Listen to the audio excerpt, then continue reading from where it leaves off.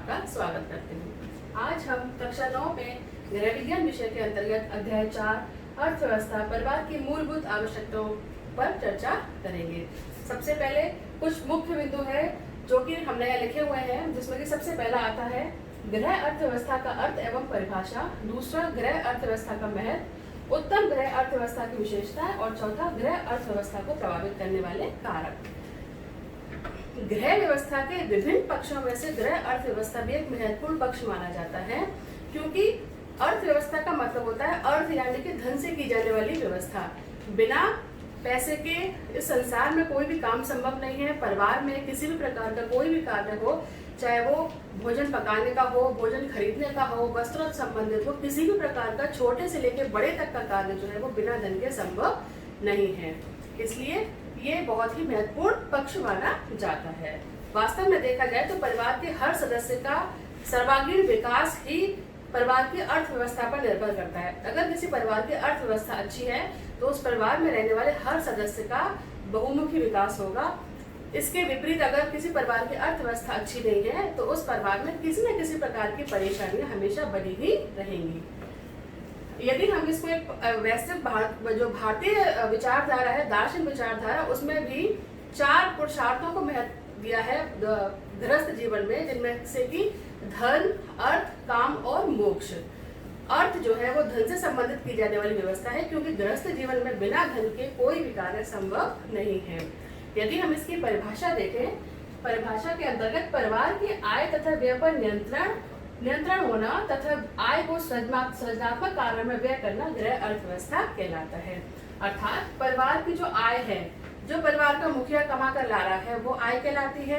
परिवार की आय और व्यय, खर्चों पर लगाम होना, कंट्रोल होना, क्योंकि जितनी आय है अगर हम उससे ज्यादा व्यय कर देंगे तो वो एक अच्छी अर्थव्यवस्था की निशानी नहीं मानी जाएगी। इसलिए दोनों में नियंत्रण होना बहुत आवश्यक है अर्थव्यवस्था को सुचारू रूप से चलाने के लिए।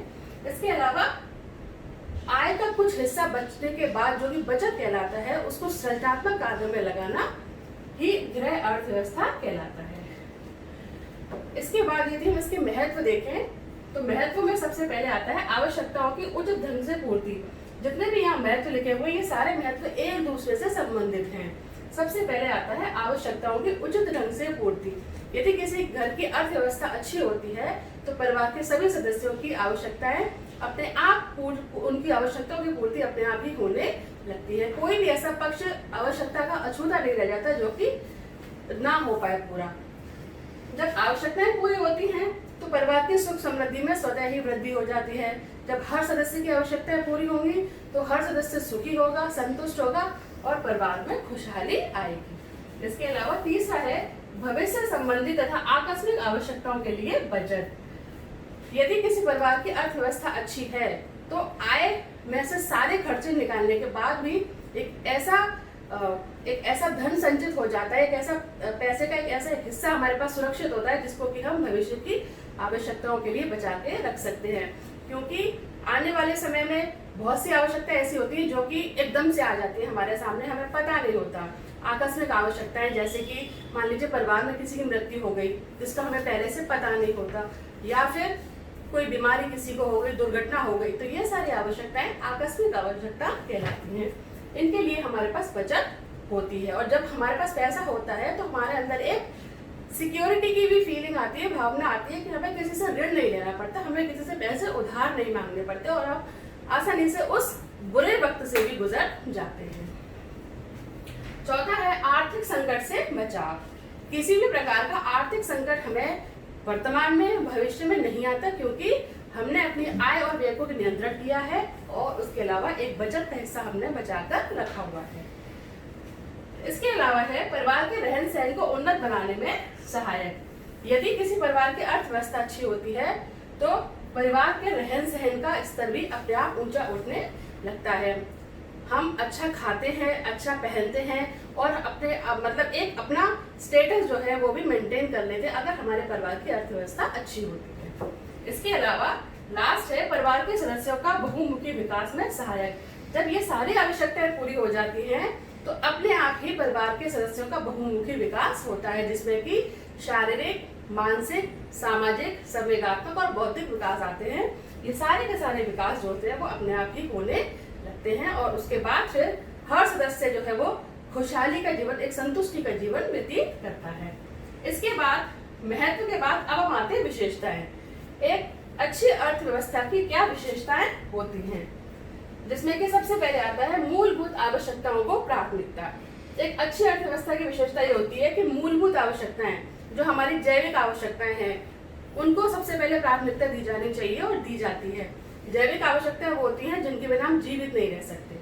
मूलभूत आवश्यकताएं अर्थात वो आवश्यकताएं जैसे कि भोजन की, वस्त्र की, आवास की, जिनको कि हम बायोलॉजिकल नीड्स भी कहते हैं, इन आवश्यकताओं को प्राथमिकता दी जाती है क्योंकि इनके बिना हम जीवित नहीं रह सकते। दूसरा, आवश्यकताओं की समन्वित पूर्ति। आवश्यकताओं की समन्वित पूर्ति एक अच्छी अर्थव्यवस्था की विशेषता ये होती है कि सभी आवश्यकताओं को समन्वित रूप में रखा जाता है। किसी एक आवश्यकता को बहुत ज्यादा बढ़ावा नहीं दिया जाता और किसी एक आवश्यकता को बिल्कुल नजरअंदाज नहीं किया जाता, यानी कि समन्वित पूर्ति सभी आवश्यकताओं की जाती है। तीसरा है पारिवारिक आवश्यकताओं की प्राथमिकता निर्धारित करना। परिवार में आवश्यकताओं की प्राथमिकता भी निर्धारित होती है अगर परिवार की अर्थव्यवस्था सुचारू और उन्नत है। कोई आवश्यकता, कभी कभी क्या होता है कि जैविक आवश्यकताओं के अलावा भी कुछ आवश्यकता ऐसी होती है जो कि अचानक से उत्पन्न हो जाती है और उस समय वो आवश्यकता हमारे लिए ज्यादा महत्वपूर्ण होती है, तो उन आवश्यकताओं की प्राथमिकता को निर्धारित भी किया जाता है अच्छी अर्थव्यवस्था के अंदर। इसके अलावा व्यय करते समय आय का ध्यान। एक सुचारू और अच्छी अर्थव्यवस्था की ये विशेषता होती है कि जब भी खर्चा किया जाता है उस खर्चा को करते समय आय का ध्यान हमेशा रखा जाता है। ऐसा नहीं होता है कि 10,000 कमाकर ला रहा है परिवार का मुखिया और खर्चा हमने कर दिया 20,000। अगर ऐसा हम कर रहे हैं तो उस परिवार की अर्थव्यवस्था अच्छी नहीं मानी जाएगी। पांचवा है अर्थव्यवस्था में बचत का प्रावधान। उत्तम अर्थव्यवस्था का जो गुण है, जो विशेषता है, वो ये भी होता है कि उस पर बचत का प्रावधान होता है। जैसा कि हमने पहले बताया था कि उस बचत को हम भविष्य की और आकस्मिक आवश्यकताओं की पूर्ति में लगा सकते हैं। पारिवारिक संतोष के प्रति सजगता। अगर हमने व्यय बहुत सारा कर लिया, इनकम भी अच्छी आ रही है, लेकिन उनसे हम परिवार के सदस्यों को संतुष्टि नहीं दे पा रहे, परिवार के सदस्यों को सुखी नहीं बना पा रहे, तो ऐसी अर्थव्यवस्था जो है वो उत्तम अर्थव्यवस्था नहीं मानी जाती। अतः परिवार के जितने भी सदस्य हैं उनके अंदर एक खुशहाली का भाव, उनके अंदर सुखी, संपन्नता और सबसे बड़ा संतोष होना चाहिए, वो सेटिस्फाई होना चाहिए, तभी हमारे घर की अर्थव्यवस्था अच्छी मानी जाती है। विशेषताओं के बाद अब हम गृह अर्थव्यवस्था को प्रभावित करने वाले कारकों के बारे में भी जानेंगे।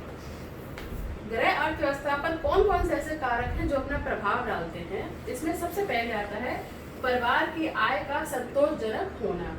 यदि परिवार की आय संतोषजनक है, अर्थात पर्याप्त मात्रा में इनकम हो रही है परिवार की और खर्चे यदि आय के अंदर ही अंदर है, तो ऐसे परिवार की अर्थव्यवस्था अच्छी होती है।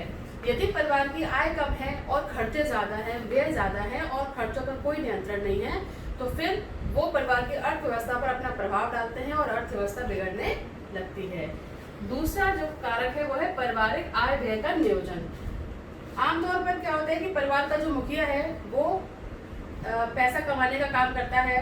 प्राचीन काल से यह प्रथा चली आ रही है, लेकिन अब धीरे धीरे इस प्रथा में परिवर्तन हो रहा है। अब गृहिणी भी साथ में मतलब धन कमाने में बराबरी करती है और पैसा दोनों कमाते हैं, तभी परिवार जो है वो अच्छे से चल पाता है।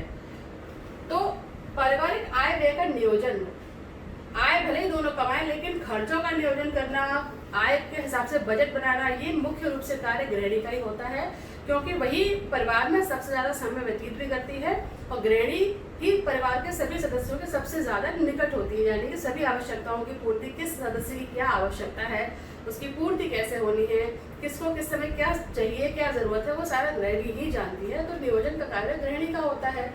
तो यदि परिवार की आय और व्यय का हम पूर्व में नियोजन नहीं करेंगे कि कौन कौन से खर्चे हैं, कई बार क्या होता है कि किसी विशेष माह में कोई एक्स्ट्रा खर्चा हो जाता है, तो उसका यदि हम पहले से नियोजन नहीं करेंगे तो वो फिर हमारी घर की अर्थव्यवस्था को प्रभावित कर देगा। इसीलिए बहुत आवश्यक होता है कि परिवार के आय और परिवार के व्यय का पूर्व में नियोजन किया जाए और आय के अनुरूप ही सारे खर्चों का निर्धारण किया जाए और फिर खर्चे किए जाए।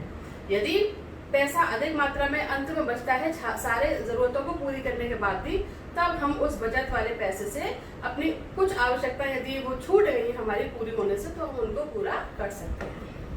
अन्यथा वो बचत के रूप में संचित रहता ही है भविष्य के लिए। तीसरा आता है परिवार का आकार। परिवार का आकार, यदि परिवार की आय कम है, यदि परिवार की आय कम है तो छोटे परिवार, अगर आकार भी छोटा है तो कम आय में काम चल जाएगा। यदि परिवार का आकार बड़ा है, अर्थात परिवार में सदस्यों की संख्या ज्यादा है या परिवार के सदस्यों के खर्चे ज्यादा हैं, तो फिर कम इनकम से, कम आय से काम नहीं चलता है। और ऐसे में अगर कम आय में अधिक बड़े परिवार का खर्चा चलाया जाता है तो परिवार की अर्थव्यवस्था प्रभावित होती ही है। इसके अलावा गृहिणी की सूझबूझ एवं कुशलता, ये मेरे अनुसार ये सबसे महत्वपूर्ण बिंदु भी कहलाता है, क्योंकि गृहिणी की सूझबूझ और कुशलता ही एक सफल मतलब किसी भी अर्थव्यवस्था को सफल बनाने के लिए उत्तरदायी होती है। गृहिणी परिवार में एक धुरी की तरह होती है, जो कि हर चीज को अपने हिसाब से, अपनी मितव्ययता से, अपनी सूझबूझ से, अपनी कुशलता से सारे खर्चों को बड़ी सुगमता से चलाती है। सभी सदस्यों की सभी आवश्यकताओं की पूर्ति जो करती है वो गृहिणी ही करती है। परिवार का मुखिया आय का मुख्य स्रोत होता है, वो आय कमा कर लाता है, लेकिन सारे खर्चों को गृहिणी ही चलाती है। तो गृहिणी की सूझबूझ और कुशलता अगर उत्तम किस्म की है, अच्छी है, तो फिर उस परिवार की जो अर्थव्यवस्था है वो भी बहुत अच्छे से चलेगी। कई बार क्या होता है कि गृहिणी, जब महीने की शुरुआत में बजट बनाया जाता है, कुछ गृहिणियां बजट नहीं बनाती, पैसा आया और उसी में से खर्चा करना शुरू कर देते हैं। और ऐसे में क्या होता है कि जैसे जैसे खर्चे आते गए उनमें से उस पैसे को उन खर्चों पर कर देगा, और अंत में क्या होता है कि अगर बजट नहीं बनाया होता तो क्या होता है अंत में कि हमारे पास पैसा बचता ही नहीं है और हमारी तमाम सारी आवश्यकताएं ऐसी होती है जो कि पूरा हुए बिना ही रह जाती है। उस स्थिति में घर की अर्थव्यवस्था पूरी तरह से चरमरा जाती है, जो कि गलत है। इसके बाद आता है परिवार के मुखिया की भूमिका। जो परिवार का मुखिया है, कई बार उसकी सोच, उसका दृष्टिकोण वो भी बहुत प्रभावित करता है घर की अर्थव्यवस्था को, क्योंकि कई बार क्या होता है कि परिवार का मुखिया यदि बहुत ज्यादा खर्चा करने वाला है तो ऐसे परिवार में बचत नहीं होगी या ऐसे परिवार की अर्थव्यवस्था सुचारू रूप से नहीं चल पाएगी। इसके विपरीत अगर परिवार के मुखिया का जो दृष्टिकोण है वो बहुत ज्यादा बचत करने वाला है, तो वो फिर परिवार की आवश्यकताओं को भी ढंग से पूरा नहीं होने देगा या नहीं कर पाएगा। ऐसी स्थिति में भी परिवार के जो अर्थव्यवस्था है वो प्रभावित करती है। इसके अलावा समय समय पर होने वाले सामाजिक आर्थिक परिवर्तन हमारे समाज में, क्योंकि भारत जो है वो एक सांस्कृतिक देश भी है। भारत में हर दिन कुछ ना कुछ कोई त्योहार, कोई आयोजन, कुछ ना कुछ ऐसा होता ही रहता है और हर परिवार सारे रीति रिवाजों को मनाता है, मानता है। तो ऐसे स्थिति में क्या होता है कि क्योंकि सारा कुछ धन से संबंधित है, तो कोई भी आयोजन यदि होता है, कोई भी त्योहार होता है, कोई भी प्रयोजन होता है, तो उस पर धन की आवश्यकता होती है। और ऐसी स्थिति में आए दिन कुछ ना कुछ होने की वजह से जो परिवार की अर्थव्यवस्था है वो बिगड़ जाती है, क्योंकि जो आय है वो तो सीमित है। परिवार में आय चाहे एक स्रोत से आए या 4 स्रोत से, लेकिन आ तो लिमिटेड रही है। लेकिन कई बार क्या होता है कि ऐसे खर्चे अचानक से आ जाते हैं जिनके लिए फिर पैसा हमने संचित नहीं करा होता। तो ऐसी स्थिति में फिर किसी एक आवश्यकता को छोड़ना पड़ता है और उस स्थिति में घर की जो अर्थव्यवस्था होती है वो प्रभावित होती है।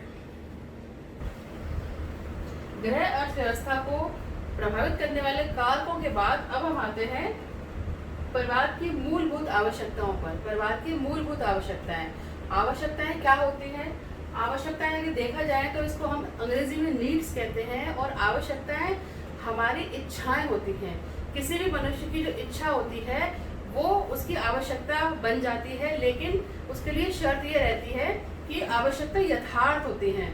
कोई भी ऐसी उसकी आंतरिक इच्छा जिसको कि वो पूरा कर सकता है, यथार्थ रूप में जिसको वो पूर्ण कर सकता है और जिसको पूरा करने के लिए उसके पास पर्याप्त संसाधन है और वो व्यय कर सकता है, तो वह उसकी इच्छा आवश्यकता का रूप धारण कर लेती है। उदाहरण के तौर पे यदि कोई व्यक्ति ये सोचे कि मेरे पंख लग जाए और मैं आसमान में उड़ने लगूं, तो यह उसकी जो इच्छा है वो आवश्यकता नहीं कहलाएगी, क्योंकि इच्छा वही आवश्यकता का रूप लेती है जो कि जिसको कि वो यथार्थ में पूरा कर सके और उसको पूरा करने के लिए उसके पास पर्याप्त संसाधन हो। पर्याप्त धन हो।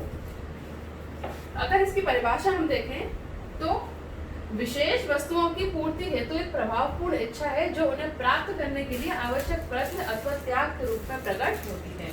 यानी कि किसी चीज को प्राप्त करने की हमारी जो इनर फीलिंग होती है, जो हमारी आंतरिक इच्छा होती है, और उस इच्छा को पूरा करने के लिए जब हम प्रयत्नशील होते हैं, संसाधनों का उपयोग करके, व्यय करके जब हम उस इच्छा की पूर्ति कर लेते हैं यथार्थ के रूप में, तो वो हमारी आवश्यकता में परिवर्तित हो जाती है। ये परिभाषा दी थी पेंसन ने। इसके अलावा अगर इसको हम सरल शब्दों में समझना चाहें तो आवश्यकता वह इच्छा है जिसको कि पूरा करने की योग्यता मनुष्य के अंदर होती है और उस योग्यता के द्वारा वो उसके लिए व्यय कर सकता है और वो आवश्यकता यथार्थ में उसकी पूर्ति हो जाती है, तो वह आवश्यकता का रूप ले लेती है।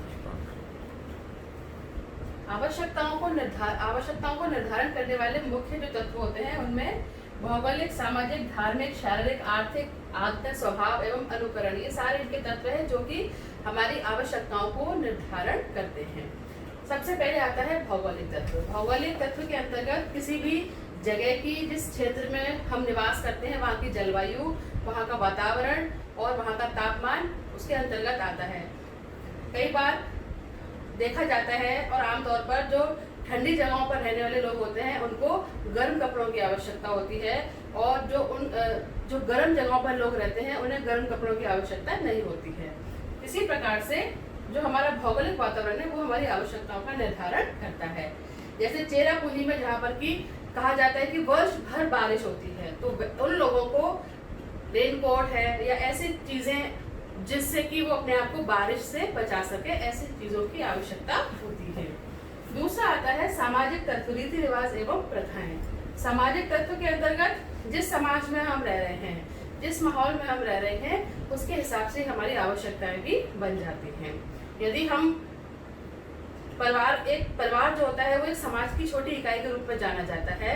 परिवार में कई सारे सदस्य रहते हैं और उन सबकी आवश्यकताएं एक दूसरे से संबंधित होती हैं। रीति रिवाज आए दिन, कभी जन्मदिन है या कभी कोई और त्योहार है तो उसके हिसाब से दिवाली आती है तो दिवाली पर हम लोग आतिशबाजी में पैसा खर्च करते हैं, नए नए कपड़े बनवाते हैं, और परिवार में अगर किसी की शादी होती है तो पूरे घर को रंगा और उसकी पुताई करवाई जाती है। तो ये सारी आवश्यकताएं जो होती है वो रीति रिवाज और प्रथाओं के अंतर्गत आती है। तीसरा आता है धार्मिक एवं नैतिक तत्व। धार्मिक तत्व यानी कि हमारा धर्म, जिस समुदाय के हैं हम जिस समुदाय के हैं, जिस धर्म के हैं, वो हमारी आवश्यकताओं को प्रभावित करता है। उदाहरण के लिए यदि कोई मुस्लिम संप्रदाय का व्यक्ति है या कोई महिला है तो वो बुर्का पहनती है। अगर क्रिश्चियन है तो उसकी वेशभूषा उसके धर्म के हिसाब से होती है। अगर कोई हिंदू है तो उसकी वेशभूषा उसके धर्म के अनुरूप होती है। तो वो धर्म जो है वो व्यक्ति की आवश्यकता पर अपना प्रभाव डालता है, तो वो एक उसके निर्धारक तत्व के रूप में जाना जाता है। शारीरिक तत्व। शारीरिक तत्व यानी कि शरीर की आवश्यकताएं उम्र के हिसाब से और कई सारे कारक होते हैं, उसके हिसाब से हमारे जो शरीर है उनकी अलग अलग आवश्यकताएं होती है। एक बच्चा परिवार में जन्म लेता है, उसकी आवश्यकता उसको उस समय परिवार में जब बच्चा जन्म लेता है तो वो केवल अपनी माँ को जानता है, वो उसको कुछ भी पहना दो उसको नहीं पता है, क्योंकि अभी उसके अंदर उस लेवल का सेंस नहीं डेवलप हुआ है। लेकिन जैसे जैसे बच्चा बड़ा होता जाता है उसके अंदर एक समझ उत्पन्न होती जाती है, तो वो अपने कपड़ों को लेके भी कॉन्शियस होता है, और वो और बड़ा हो जाता है जब स्कूल जाने लगता है तो उसके दोस्त क्या पहन रहे हैं और उसकी टीचर ने उसे क्या कहा, ये सारी चीज़ें बहुत महत्व देती हैं और वही उसकी आवश्यकताओं को डिसाइड करती है। बच्चा कई बार कहता है परिवार में, मम्मी मेरे दोस्त के पास वैसा लंच बॉक्स है, मुझे भी वैसा ही चाहिए। तो वो बच्चा जो है उसकी आवश्यकता का निर्धारण उस हिसाब से होने लगता है। और एक कॉलेज जाने वाला व्यक्ति जो होता है, किशोर होता है या किशोरी, तो उसकी आवश्यकता उसके हिसाब से बनने लगती है। इसके अलावा शरीर जब बच्चा छोटा होता है तो उसको कम खाने की आवश्यकता होती है, लेकिन जब वो थोड़ा बड़ा हो जाता है, कार्य के श्रेणी के आधार पर भी कम मेहनत करने वालों को कम भोजन की आवश्यकता होती है, ज्यादा मेहनत करने वालों को ज्यादा कैलोरी वाले भोजन की आवश्यकता होती है। तो ये आवश्यकताएं हमारी शारीरिक तत्व के हिसाब से भी बदलती रहती है। पांचवा तत्व है आर्थिक तत्व। आर्थिक तत्व का मतलब है अर्थ यानी कि धन से संबंधित। पैसा जैसा होगा, एक कहावत है कि उतने पैर पसारिए जितनी लंबी सौर। तो जैसा हमारे पास पैसा है उसके हिसाब से भी हमारी आवश्यकताएं बनती और बिगड़ती रहती हैं, नई आवश्यकताएं जन्म लेती हैं यदि हमारे पास पैसा अधिक है। अगर पैसा बहुत है तो हम विलासिता संबंधी जरूरतों को पूरा करते हैं। सबसे पहले तो हमारी जो जरूरत इसेंशियल है उनको पूरा करते हैं, उसके बाद फिर अब हम अपनी जिस चीज़ में हमें शो ऑफ हो रहा है, जिस चीज़ में हमें अच्छा लग रहा है, जिस चीज़ की लोग तारीफ कर रहे हैं, हम उन चीज़ों पर भी खर्चा करने लगते हैं। धन से संबंधित तत्व जो है वो आर्थिक तत्व कहलाता है। इसके बाद आते हैं आदत, ज्ञान और स्वभाव। कई बार किसी चीज को जब हम कोई आवश्यकता जो हमारी होती है वो आगे चल के आदत का रूप बना लेती है, एक आदत बन जाती है और वही फिर हमारी आवश्यकता को प्रभावित भी करती है। कि मेरे को मतलब कि जैसे आमतौर पर एक उदाहरण देखा जाए कि लोगों के घरों में आजकल हर परिवार में पानी जो है वो या तो एक्वागार्ड से आता है या आरओ फिल्टर लगवाया हुआ होता है या बॉटल मंगाते हैं बाजार से। तो अब शुरू में वो उनकी आवश्यकता थी, उन्होंने उस पानी को, अब लेकिन धीरे धीरे कुछ समय के बाद फिर वो एक आदत का रूप ले लेती है। फिर हम कहते हैं कि अब हमसे वैसा सादा पानी या जो सबमर्सिबल का पानी है वो हम उसको इस्तेमाल नहीं कर सकते क्योंकि वो अब हमारी आदत बन चुका है। आवश्यकताएं जो होती है वो आदत का भी रूप ले लेती है।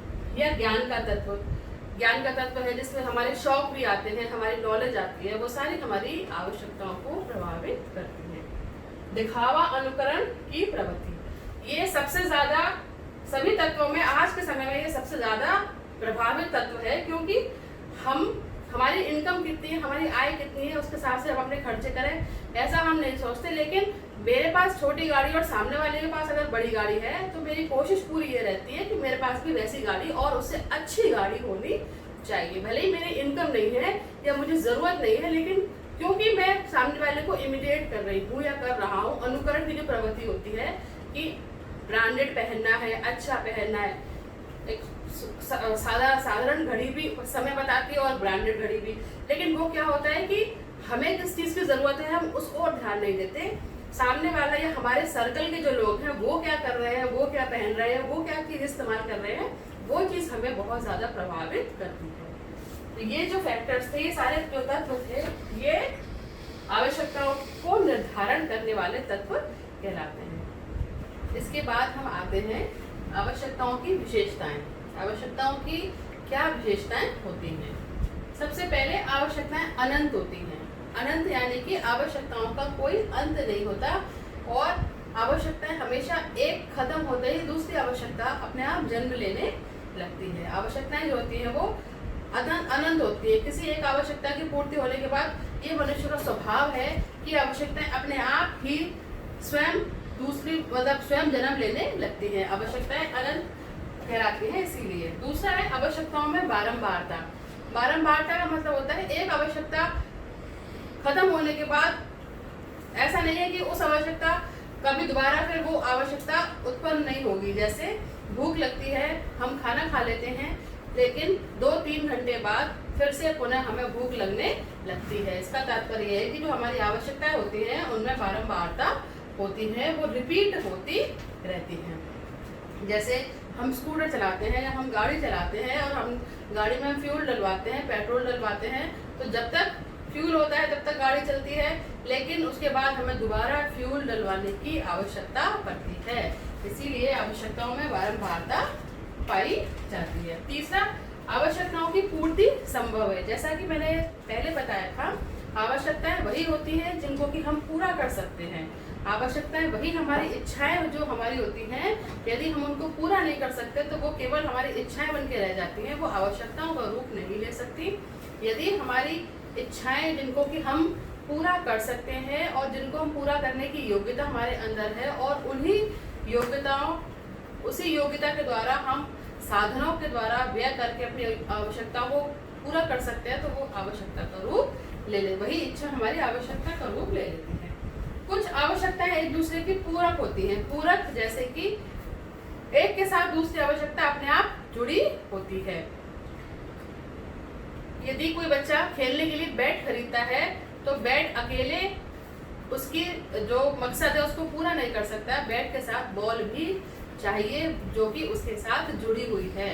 बैट के साथ बॉल की आवश्यकता जो है वो यानी कि बैट और बॉल दोनों एक दूसरे के पूरक हैं। इस तरह से कई सारी आवश्यकताएं होती है, जैसे कि कोई वाहन हम खरीदते हैं, वाहन हम खरीद लें तो उसके खरीदने से हमारी आवश्यकता पूरी तभी होगी जब हमारे पास पैसे हो, हमारे पास साधन हो उसको चलाने के लिए, उसमें डलवाने के लिए पेट्रोल के पैसे या उसमें जो भी फ्यूल लगता है, यदि हमारे पास उसके पैसे नहीं हैं तो फिर उस वाहन की आवश्यकता का भी कोई अस्तित्व नहीं रह जाता है।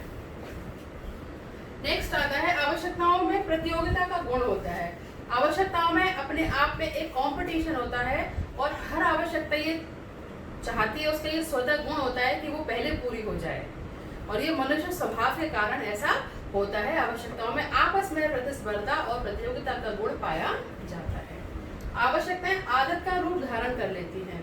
जब आवश्यकताएं हमारी निरंतरता में चलने लगती हैं, बनने लगती हैं, तो फिर वही आवश्यकताएं हमारी आदत का रूप ग्रहण कर लेती हैं। जैसा कि मैंने पहले बताया था कि अगर हम 2-4 बार हमारे पास पैसा है मान लीजिए और हमने 2-4 बार अच्छे कपड़े पहन लिए, हमने कोई अच्छी चीज़ हमने खा ली, तो फिर हमारा हर बार मन वही करेगा कि हम उसी चीज़ को खाएं या उसी वस्त्र को हम पहने, क्योंकि हमने उसका अनुभव ले लिया, हमारे शरीर ने उसका अनुभव ले लिया और हमें जब वो चीज़ अच्छी लगी तो फिर वो धीरे धीरे हमारी आदत का रूप बन जाती है।